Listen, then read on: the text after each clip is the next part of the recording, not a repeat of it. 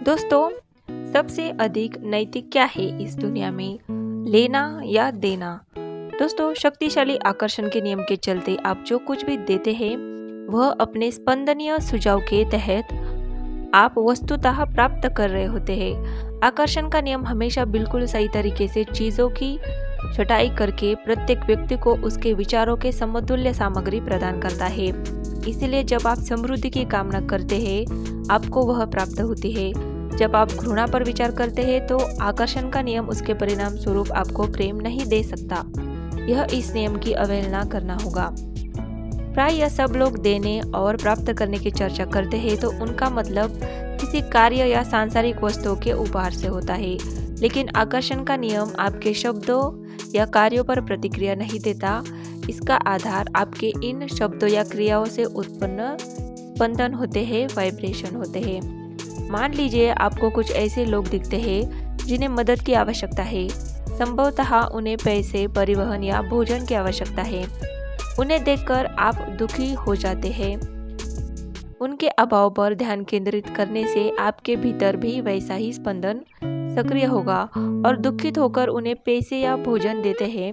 वस्तुतः यह आपका स्पंदन उनकी साधनहीनता पर केंद्रित है। इस कारण आपके द्वारा उन्हें धन और भोजन की सहायता देने के बावजूद आपकी इस क्रिया से जुड़ी आपकी प्रबल भावना उनमें इस कमी को बनाए रखेंगी। आप समय निकालकर अपनी कल्पना द्वारा उन लोगों को अपनी स्थिति अधिक बेहतर करने का प्रोत्साहन दे सकते हैं। अपने दिमाग में उनके सफल और प्रसन्न होने का विचार लाए। जब आपके मन में उनके प्रति यही भावना सबसे प्रबल हो जाएगी तब आप उनके लिए जो भी करना चाहे वह कर सकते हैं। आपके ऐसा करने पर वे आपके अस्तित्व से प्रबल स्पंदन से जुड़ जाते हैं तथा उनके आपका आकर्षण का विषय होने के चलते आप उनके लिए भी स्वयं जैसी समृद्धि की कामना कर सकते हैं। दूसरे शब्दों में आप उनका उत्थान करते हैं।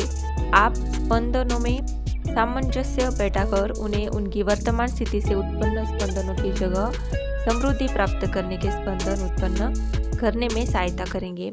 हमारी नज़र में केवल ऐसी सहायता देने का ही कुछ मूल्य है। दोस्तों, यूनिवर्स की नज़र में केवल ऐसी सहायता देने का ही कुछ मूल्य है। अतः प्रश्न यह नहीं है कि लेने और देने से क्या महत्वपूर्ण है। यह प्रश्न होना चाहिए कि वांछित और अवांछित में से किस पर ध्यान केंद्रित करना महत्वपूर्ण है। इनमें से क्या महत्वपूर्ण है? किसी की सफलता की कामना कर उसका उत्थान करना या उनकी तत्कालीन कमियों पर ध्यान देकर उन्हें उत्साहहीन बनाना क्या महत्वपूर्ण है? उनके आंतरिक अस्तित्व से गहरा जुड़ाव स्थापित कर कार्य करना या उनसे पृथक रहकर कार्य करना क्या महत्वपूर्ण है? किसी को सफलता दिलाने के लिए उससे जुड़ना या उसकी असफलता में वृद्धि करना। आप किसी अन्य व्यक्ति को जो सबसे बड़ा उपहार दे सकते हैं वह है उसके सफल होने की कामना करना। इस दुनिया के बाहरी अस्तित्वगत और निजी जैसे कई रूप है। आप यहाँ ऐसी दुनिया बनाने नहीं आए हैं जहाँ सब बराबर हो, सबकी मांग और प्राप्ति एक जैसी हो।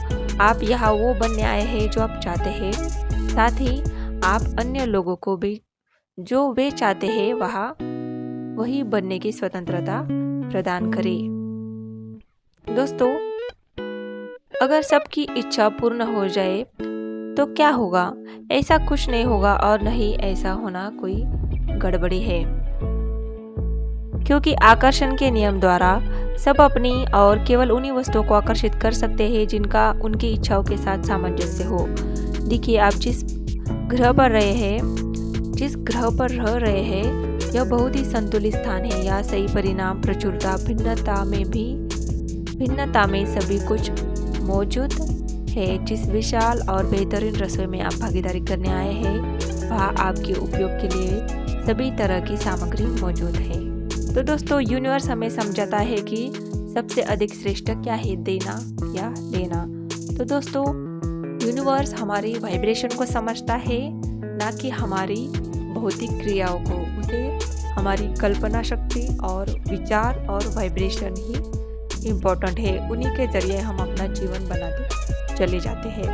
वीडियो अच्छा लगे तो प्लीज़ एक लाइक कीजिए, शेयर कीजिए, कमेंट कीजिए और ऐसे ही आध्यात्मिक धार्मिक बातों से भरी हुई वीडियोज़ के लिए प्लीज़ चैनल को सब्सक्राइब जरूर कीजिए। वीडियो अंत तक देखने के लिए आपका बहुत बहुत धन्यवाद। Thank you so much.